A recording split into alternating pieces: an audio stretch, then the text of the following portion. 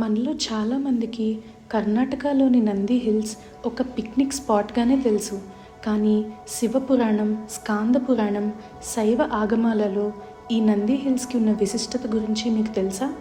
ఒకరోజు నారదుడు పరమేశ్వరుని దర్శించడానికి కైలాసానికి వెళ్తాడు. అక్కడ నందీశ్వరుని నారదుడు ఆశీర్వదిస్తూ, నువ్వు గొప్పవాడివే కానీ శివుడి పాదాల దగ్గర నిలిచిపోతే భూలోకంలో ఉన్న జనులకు నీ భక్తి ఎలా తెలుస్తుంది? నిజమైన యోగి ఎవరో తపస్సే చెప్తుంది అని అంటాడు. ఈ మాటలు నందీశ్వరుని హృదయాన్ని బలంగా తాకాయి. వెంటనే అతను పరమశివుడికి నమస్కరించి, స్వామి, నేను కేవలం మీ వాహనాన్ని కాదు, నిజమైన తపస్విగా, భక్తులకు మార్గదర్శిగా నిలవాలి అని చెప్పి భూలోకానికి వచ్చి ఒక పవిత్రమైన గిరిపై దీర్ఘ తపస్సును ప్రారంభిస్తాడు.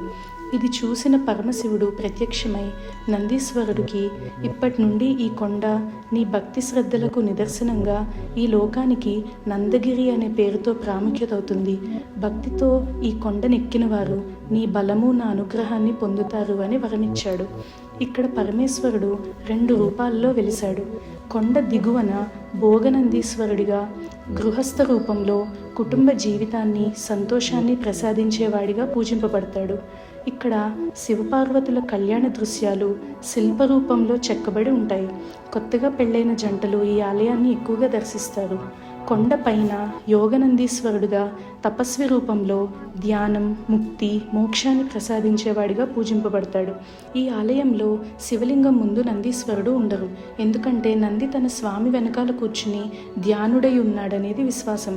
నందీశ్వరుడి తపస్సుతో పవిత్రమైన ఈ నంది హిల్స్ కేవలం ఒక ట్రెక్కింగ్ స్పాటో, పిక్నిక్ స్పాటో మాత్రమే కాదు, భోగం నుండి యోగం వరకు తీసుకెళ్లే ఏకైక క్షేత్రం.